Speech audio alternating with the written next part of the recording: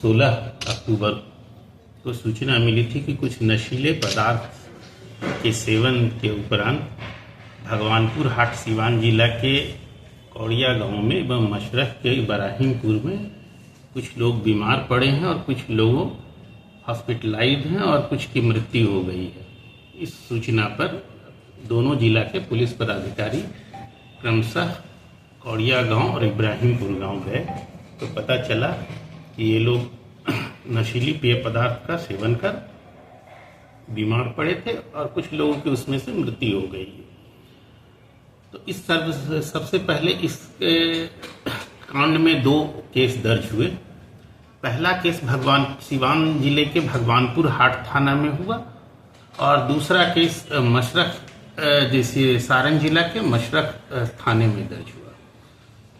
तो इस पूरे कांड में जो स्थिति है, अभी तक 28 व्यक्तियों की मृत्यु हुई है सिवान जिले में, 7 व्यक्तियों की मृत्यु सारण जिले में और यहीं से शराब भगवानपुर हाट से ही शराब पीकर गोपालगंज के 2 व्यक्तियों की मृत्यु की सूचना है। कांड के त्वरित गति से अनुसंधान का कार्य के लिए दोनों जिले में 2-2 एसआईटी का गठन हुआ।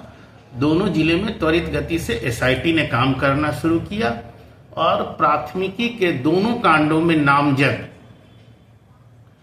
26 अभियुक्त थे। 26 अभियुक्त में कुछ कॉमन अभियुक्त भी थे। टोटल प्राथमिकी के 14 और 14 अभियुक्त तुरंत गिरफ्तार कर लिए गए, जिसमें इस कांड का मुख्य सरगना मंटू सिंह की गिरफ्तारी मशरख थाने क्षेत्र से दोनों ज्वाइंट एसआईटी सारण एसआईटी एवं सिवान एसआईटी के द्वारा किया गया। पूछताछ के क्रम में यह पता चला कि मंटू सिंह सारण जिले के जनता बाजार का पुरुषोत्तीपुर के दीपक चौधरी से स्पिरिट जैसा पदार्थ खरीदता था और उसके बाद उसको पाउच में पैकिंग कर करके वो बेचता था और उससे बहुत सारे लोकल वेंडर्स लोग ले लेते थे और वो फिर लोकल गांव वाले को, ग्रामीण को बेच देते थे।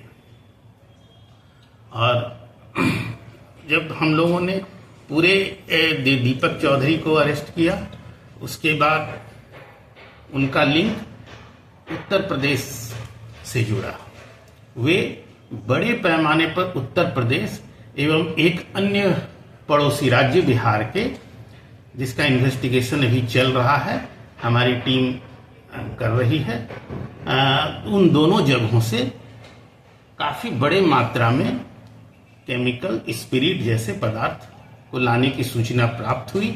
और आपको जानकर के आश्चर्य होगा कि इन लोगों का मनी ट्रेल एक दूसरे के साथ इस्टेब्लिश हुआ।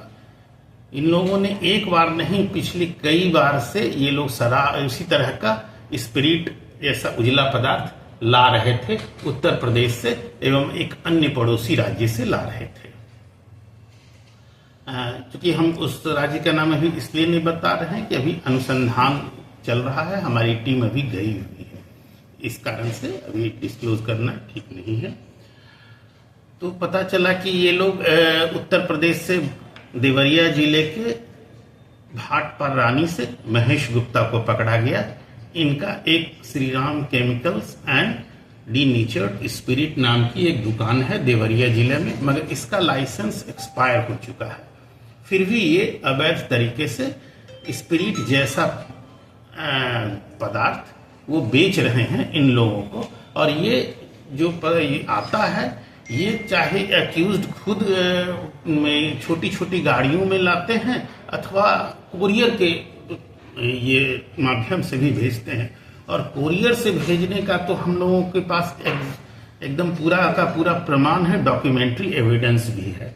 और इन लोगों का जो मेन सप्लायर हैं यूपी के, चाहे जो मेन सप्लायर हैं दूसरे राज्य के, जिसकी चर्चा हम कर रहे हैं, जो बड़े बड़े सप्लायर हैं, उन लोगों से इन दोनों लोकल जो वेंडर्स हैं, इन लोगों का मनी ट्रेल बिल्कुल इस्टेब्लिश है। एक दो ये नहीं है ट्रांजैक्शंस, पूरे के पूरे मोर देन 30 ट्रांजैक्शंस अवेलेबल हैं।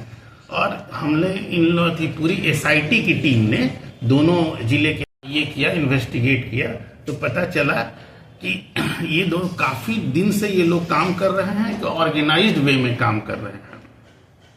तो हम लोगों ने बहुत अच्छे से एसपी प्रोहिबिशन राजेश कुमार भी यहाँ कैंप कर रहे हैं, बहुत अच्छे से एविडेंस कलेक्ट कर करके एसपी सिवान के प्रयास से, एसपी सारण के प्रयास से बहुत अच्छे से दोनों अनुसंधानकर्ता को एविडेंस कलेक्ट कर कर डायरी लिखने का लिखवाया जा रहा है लोगों से। और उम्मीद है कि हम लोग जल्द ही चार्जशीट करेंगे। और ये बात हम और बता देते हैं कि लगभग जो जितने भी इस्टेब्लिश्ड बेचने वाले हैं, सब के यहाँ से शराब की कुछ न कुछ मात्रा बरामद हुई। शराब नहीं, स्पिरिट जैसे पदार्थ की कुछ न कुछ मात्रा बरामद हुई है। प्रथम दृष्टया में जो उत्पाद विभाग द्वारा पाया गया कि ये इसमें कुछ ऐसे तत्व मिले हुए हैं इस स्पिरिट में जो जानलेवा साबित हो सकते हैं। तो उसकी भी जांच अब एफएसएल द्वारा, जितने भी बरामद हैं, जितने भी एक्यूज्ड के पास से एग्जिबिट बरामद हुए हैं, सबकी जांच एफएसएल द्वारा करवाई जा रही है। और हम लोग जल्द ही विदिन अ मंथ हम लोग चार्जशीट इस केस में करेंगे और हम लोग स्पीडी ट्रायल के लिए जाएंगे। और जितना मनी ट्रेल हम लोगों को मिला है, हम लोग उसके भी आगे जा करके आर्थिक अपराध इकाई के माध्यम से जो बड़े माफिया लोग हैं उन पर पीएमएलए के तहत प्रस्ताव भी समर्पित करेंगे, ताकि आर्थिक अपराध इकाई इस अग्रतर कार्रवाई करे।